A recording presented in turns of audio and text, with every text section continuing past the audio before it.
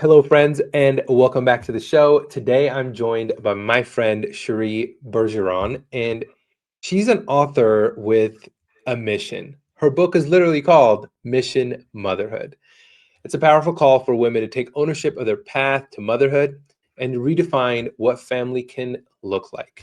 Cheri's work is rooted in courage, choice, and possibility.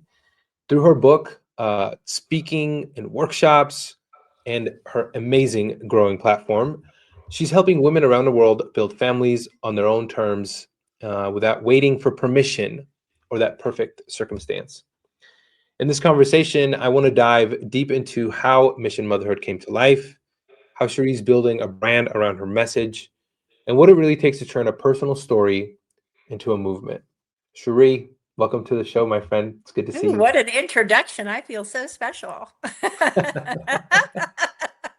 I try to have fun with them, but like try Oh to, my I God, know you now. So like I feel like I know a you little bit do. about the message. So I'm glad you're You've been here. paying I think this is attention.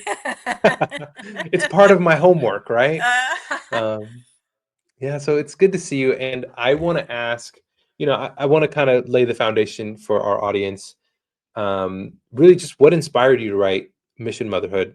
And what did you realize your personal story, or when did you realize that your personal story was something other women needed to hear? Right. Well, I don't know if anyone who's listening has been a career woman who felt like they were killing it in their career, but when it came to their personal life, they felt kind of powerless. That's really the way that I felt. And it turns out that I was kind of stuck in this narrative that I had grown up with that first, you work on your career and then you just magically meet the right person, you get married, and then children naturally come and you just live happily ever after. And so as I went through my 20s and then into my 30s, I kept getting stuck at this point of trying to find the right person that I felt I should have children with. And so I was on this merry-go-round of relationships. And ultimately, as my biological clock started ticking louder and louder, I ended up settling for what I call Prince Convenient, a person who looks good on paper. Hey, if you want to be a mom, you better get serious about this. And that really wasn't the best choice for me. And so at the age of 40, I decided I had to become a mother on my own terms. So that's where I went into an IVF journey. I ended up using donors to help me on my path. And I had my children at 44 and 2 weeks before my 47th birthday, and was ultimately able to create the family that I dreamed about, but it just looked very different than what I expected. Yeah, that's an amazing journey. And the book goes really deep into this sort of intense story. I mean, you kind of, It is. you gave us the highlights. But now, getting to know you, having read the book, like you really share this in-depth story of a woman really having this tension at first with career building and all that good stuff, but also yeah, the urge to sort of want to be a mom and what that could look like for you. But the story of what that looks like in society, it's so Hollywood, it's so like picture Mhm. perfect almost, and that's not necessarily how it works, not in today's world. I don't know that it was ever really perfect, let's be honest, but Right. at least in today's world, there's a different perspective, and that perspective is what you're sort of trying to bring your mission around, to seeing and helping other women. You talk a lot about women redefining what family looks like. What moment in your own life made you decide to kind of take control and create that family? I know there was a moment for you, not necessarily an aha moment, but like okay, I think I can recreate this scenario in my head and go a different path. When was that Sure. moment for you? I think those often happen in our darkest moments.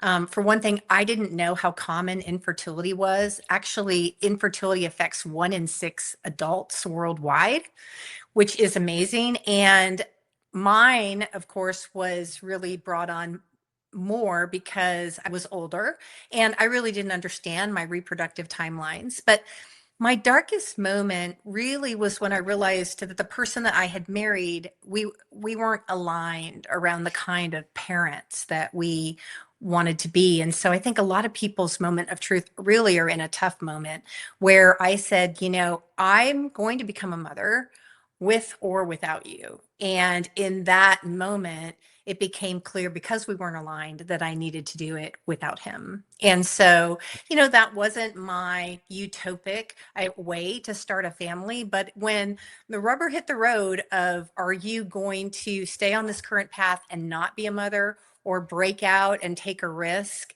to get the family that you wanted? That was my decision. Yeah. So what is it?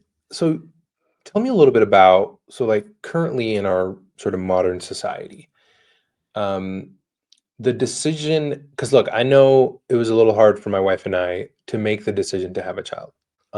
I just turned 40. My wife is in her early 30s. And so, for a little while there, I wasn't sure I wanted children, right? And I feel like, correct me if I'm wrong, I feel like that's kind of the narrative with a lot of people, I guess, around my age, not necessarily my age specifically, with they're having a really hard time deciding on this moment of like, should I have children? Do I want children? This world is kind of chaotic right now. Um, what's your take on all sort of that narrative right now? Obviously, we decided to have a child, and it's been pure joy and love and blessings. And And we kind of, sleeplessness and all kinds of other yeah, things. of But course, there's a yes. yeah, you've seen me yawn quite a few times, right? There's of course the hardship of raising its family and children. Like there's a lot of that, but there's a lot of joy in all of that as well. And I've always known that. I've been an uncle, so lots of nephews and nieces. But for me, for a little while, I thought it wasn't for me because I was very career driven, very like trying to build a business and all those kinds of things. So when you like, I guess what I'm trying to ask is, what is that current narrative, and what's your take on that? What do Yeah. you think also drives men or women to make or not make that decision to have a Right. child? Well, I think one of the biggest things is today it's a choice because previous generations, it was an assumption. And Mm, so those generations just kind of followed. I mean, my parents, and maybe yeah. grandparents, they had a well worn path that they were supposed to follow. And by God, they followed it. And I think as we have modernized, those kind of hard coded formulas are loosening. And so, Mm, but guess what? I mean, and that's true of feminism as well, right? Because women have so many choices about what they can do, their possibilities are kind of endless. That can be a good thing and a bad thing mm, because ultimately you have to make some decisions about your priorities and what mm, is most important to you. And so I think when you were in that time of career development, as I was, it was about, look, I want financial independence. I want to use my gifts and abilities and I want to see what I can do in this world. I want to mix it up. And mhm, that's what I did. And there's actually no logical pause point for something like that, right? Because there's always right, another opportunity. But here's right. what happened to me. I realized at some point that the work I was doing, at the end of the day, if I was honest with myself, wasn't really going to be enduring. I Mm, knew I was in the software business. I was in the business for 30 years. It gave me a great living, and I'm grateful for it. But what I came to understand was that probably in my late 30s, my mid 30s, that the work I was doing wasn't going to matter a few weeks afterwards. Yes, it provided value, but it really I could be taken out of the equation and 2 or 3 weeks later, they'd find somebody to replace me. And to mm, me, that wasn't going to create the impact that I wanted in the world. And so you're mm, right. The world is broken. But the fact is, I made the decision to say, how am I going to contribute something good to this world, something mm, lasting to this world, and something that's going to be here after I'm gone? And for me, I decided that that was about motherhood and having a family. And the other thing is when we're so obsessed about our careers, we become very self-focused. And there's nothing wrong with being self-focused, but to me, I don't think that's where true fulfillment lies with us as human beings. I think in our best state, we are givers. Mm, And so, having children is probably one of the most self sacrificial things that you can do because babies, as you know, are wanting machines. Children are wanting machines. But in yes. taking the focus off of ourselves, I really think, and focusing on what we can give, I think there's a lot of fulfillment and a lot of happiness in that. So that's kind of Yeah. my take. There are a lot of Yeah. reasons to Sure. question whether it's great to bring kids in the world, but when you lead with love, I think you're not going to make the wrong choice. I love that. I mean, clearly you're on a mission to really spread awareness about this message that you share in your book, which is, you can create a family on your own terms. Like there doesn't need to be a special circumstance that needs to happen. And, from what I know about you, your message is towards younger women to kind of raise an awareness that, hey, look, there is this like ticking clock and biologically, and there's stuff happening hormonally, and the woman's body's so complex. Ask me how I know. I've just watched my wife give I've been birth living it. to our, right? But it's purely remarkable to me. It's divine on every level possible, and I have so much more respect and more just attentiveness to not only that process, but also the giving birth process and all these things. And again, it's changed our lives in so many different ways. um, I'm very grateful to that. But people who haven't gone through that or aren't intending to go through that, there needs to be a level of awareness. And I don't think our culture does a good job of kind of raising the awareness around this. It's just kind of Right, like, no, just keep your head down, focus on your work, your business, your thing, go out, whatever. Like, just it kind of avoids the conversation. In the West, we also kind of avoid the conversation around death, which honestly I think is the best way to live your life, is that knowing, I hate to be morbid here or anything, but like just knowing that this thing is potentially going, not potentially, it's going to happen to me. right. It's finite. It's finite. Right. Yeah, Which, that's right. as sad as it is and as all that stuff, right, it makes you kind of live more fully, be more present, make the most out of the day, the time, and your work and your life and family, and really appreciate it, right? Like increase Right, the value. And I right. think in the West, growing up here, my dad, obviously I'm from Iraq, so I'm from the Middle East.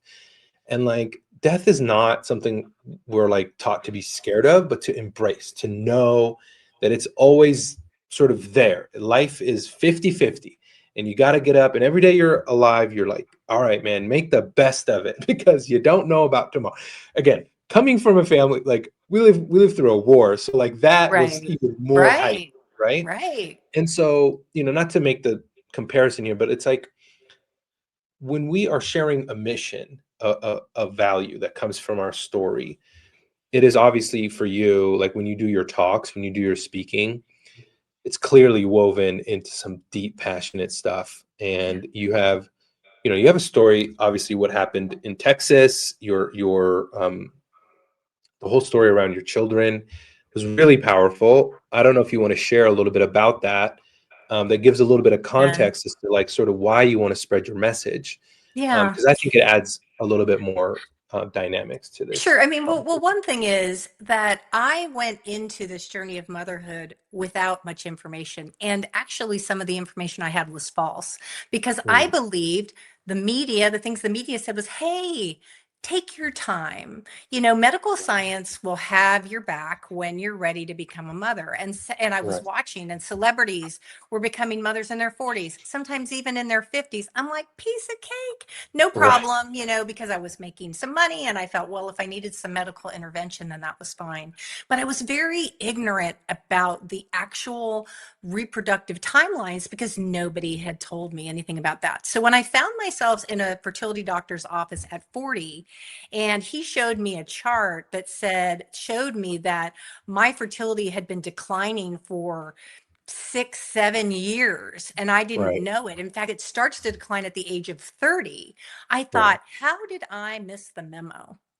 And I consider myself an intelligent woman, educated and all these things. How did I miss this? And then as you start to roll back the clock and sort of roll back the tape of your life, you say, nobody actually told me about this, because we teach things like sex ed to children before they are in that situation, but we never teach people about fertility and their reproductive timelines anywhere. So that's Anywhere. really a big part behind my mission, is because I believe that both women and men, but let's say women especially, who have the more of the biological clock, that you can actually make a plan for motherhood, and you should think about that and think about your values before you're actually in that situation. And I feel like the sweet spot for that is really in your 20s, as you're leaving college and as you're starting your life and you're thinking about the kind of career you want. Well, why is it that we don't think about the kind of families that we want? And, it's not like it's a hard coded plan. You can adapt and you can be flexible, but at least you've thought about it and you know what you really want. Because I came into it kind of already well behind and feeling kind of blindsided. So that's really the big thing behind my mission, is to make sure that women can become mothers with clarity and confidence and choice, knowing that they have the ability to create the family that they want, even if the circumstances aren't the traditional fairy tale.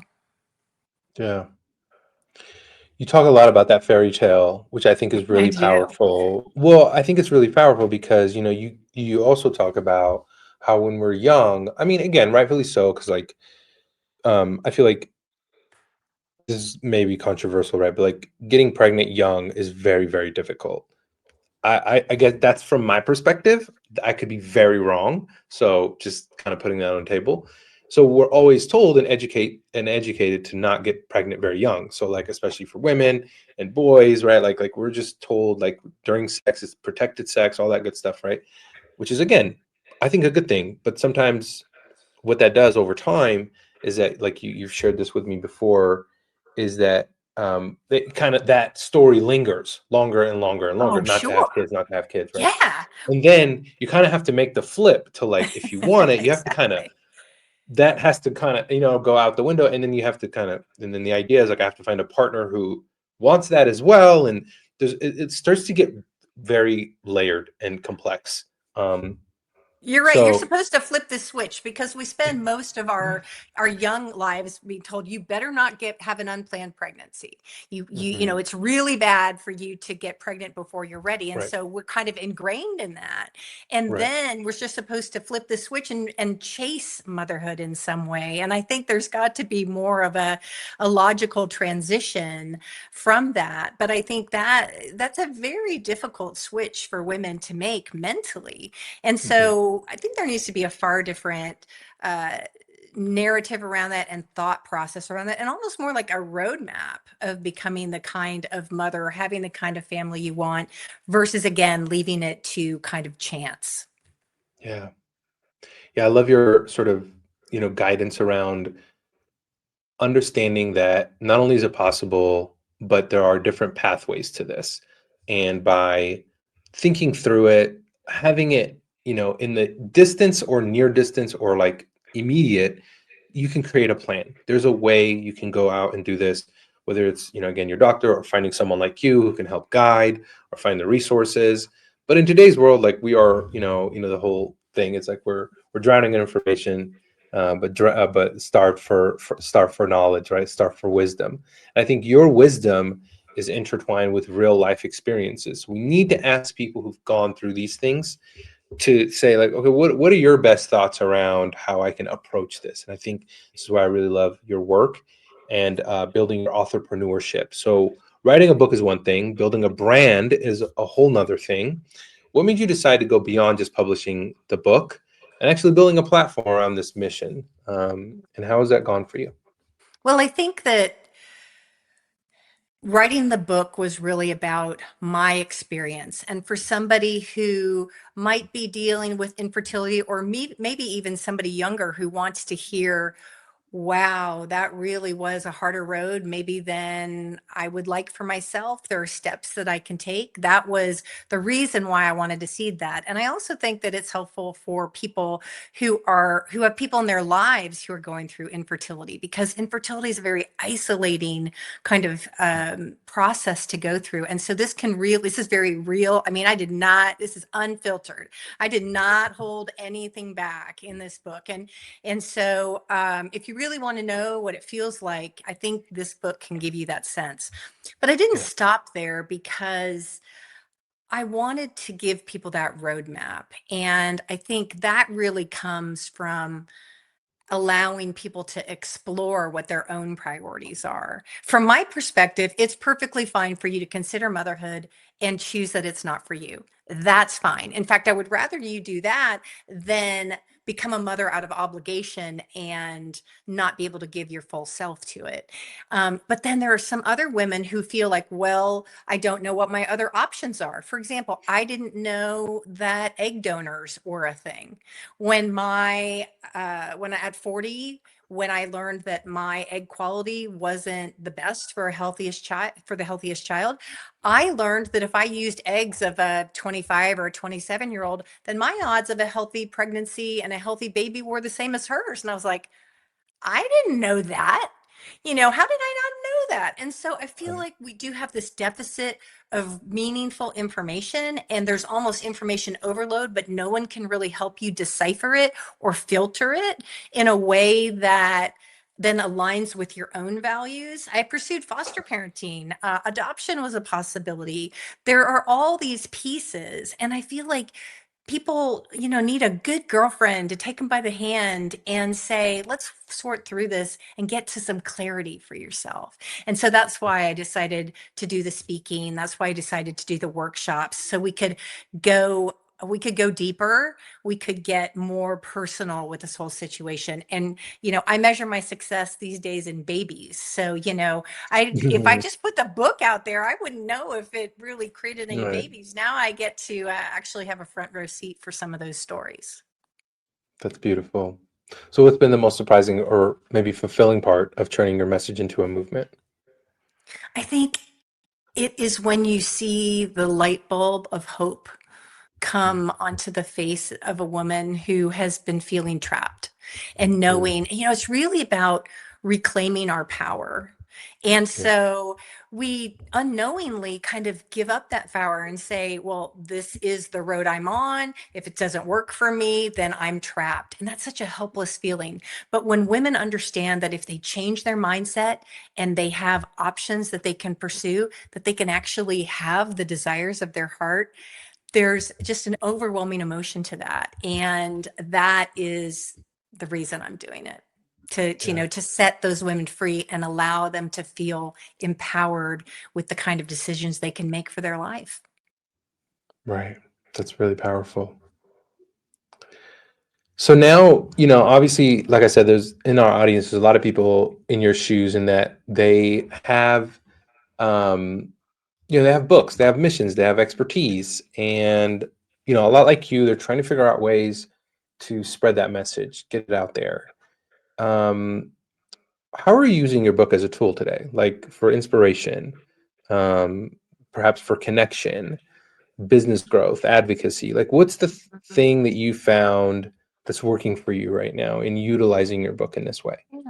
Yeah. My book really gave me a very clear view of my message. And I think that if you have written a book, you already Yeah. have such a huge wealth of content about your voice, about Mm, the details behind mm, the inspiration that you want to offer, the stories that support it. You've done all this incredible work. And now you get to activate that in different right. settings, right? So those same themes go into your newsletter. Those same themes go into your talk. The same themes go into your LinkedIn post or any other way that you show up when you talk to people. And so I think of the book as an arsenal of my message. And Mm, then, you just have this really powerful springboard then into everything else you do because the message doesn't change. It just takes different forms. And so mm, I just think that you can look at that as kind of your treasure trove of content that you can then draw upon over and over again in different ways. Because I mean, we know marketing, it's all about different channels, right? And so sure. getting to people, reaching people is about trying to reach them at events, online, at different social platforms, all different kinds of ways. And I Yeah. think everything that's contained in your book holds the keys for that. Yeah. And I'll say, like, you are very proactive in getting your message out there. You are really always seeking ways and new ways to spread your message, get your message out there, finding your audience. What would you say the platform of your choice has been so far? Platform of my choice. I mean, I Yeah. don't think there's anything better than getting face to face with people and sharing your Mm, story. That human connection, I think, yeah. is really great. But one thing Beautiful. I've seen about social platforms is the worldwide reach that you can't easily get when I'm not flying all over the world. I've got a Right. 10-year-old and a 13-year-old. So I have to Sure. be, I'm limited in the number of times that I can travel the world right now, but I'm able to reach people in Europe, in Asia, in Australia so I would say there's two things: that face to face is about connection, and then those social platforms is about reach. And I Yeah. think you need both. I love that. What advice do you have for other women who have a movement, perhaps on their of their own, or a story that they want to turn into a movement, but they feel like they don't have the time, resources, or maybe even the courage to begin? What would your advice be? Oh my gosh. Well, one, I would send you a virtual hug. And I would say, what in the end of the day do you want your life to be about? And the fact is that we all have something that we've been through. And I can guarantee you, you aren't the only one who has gone through that. And if you Mm, have a story of overcoming, of victory, of turning something bad into something good for yourself, there's someone out there that needs to hear that message.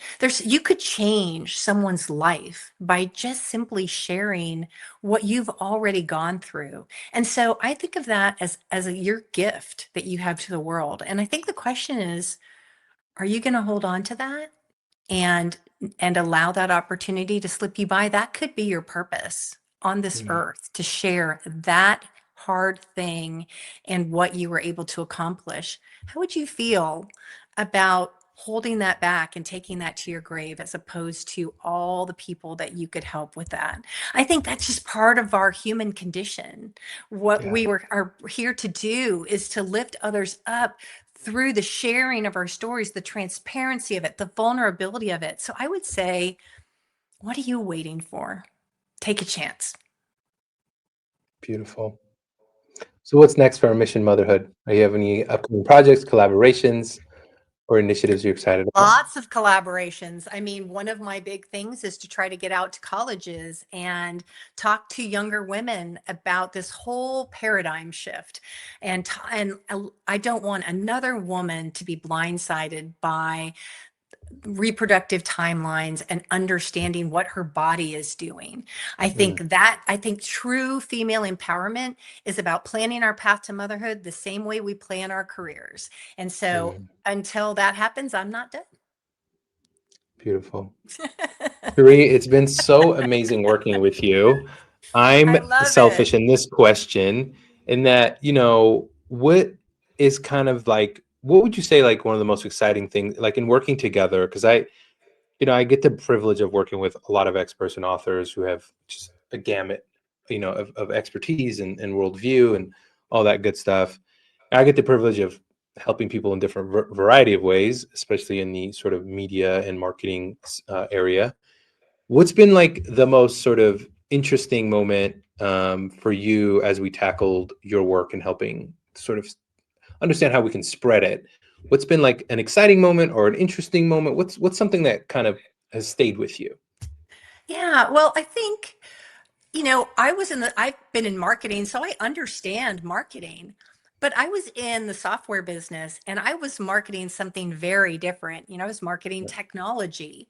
And Right. when it came to marketing myself, I was like, I don't know about marketing myself. That felt a little bit more vulnerable, a little bit more uncomfortable. And Yeah. also, mine is much, so that was B2B. This is a consumer focused thing. And so it really required a different mindset. And so I was smart enough to know that I didn't know everything about this space. And I think it's Mm. incredibly valuable to learn from people who have been there and walked that path. And so for me, I think about it a little bit more holistically that, you through Rising Authors have worked with so many authors. You've seen this so many times that I'm able to benefit from your experience, your pragmatism, the little tips and things like that. Look, we could all just muddle through it on our own, but if you have a guide, I think you're going to get there a lot faster. And because I believed in my mission, I don't have time to waste. So I wanted to Yeah. go with those people who had expertise. And I think that is really what our collaboration has been about. I've learned a lot from you. That's awesome. Thank you, Sheree. Thank you for entrusting me with that, because I feel like I'm always like, this is a beautiful, very challenging thing to do, is to help authors recognize their strength, their courage, all these things, and then how to show up and be the messenger of their message. I think that's one of the hardest things to like learn to do, because it is different. Marketing oneself is way different than marketing a product or a service or those kinds of things, right? Right. There's a few mountains we have to kind of overcome within ourselves and how we project our message, because we don't want to come off weird or salesy or funky, you know what I mean? So Yeah. there's a fine line, and I'm grateful that I get to help people sort of overcome those things. Well, you do. And you But know what? You've walked the talk. You have walked it. And so I think in a way you can kind of say, look, I come from the future in a way. I've been doing this for a few years and yeah, I can help guide you through this path. And I think yeah, that's really comforting. that's really cool. Thank you for sharing that, Cherie. Yeah. Sheree, this has been amazing. Again, working with you has been so fun, and I'm so excited for future stuff. I know there's so many more things coming your way. I just not only know it, I can see it now. Yeah. But on that note, thank you for joining me today on the Rising Author Experience. Your work is I always amazing. I hope close you with keep the heart. sharing it. I know you do. You do. This is very true. I'm so grateful to have been part of your work, of course, and excited to get this episode out there into the world. So thanks again for joining me today. Thank you.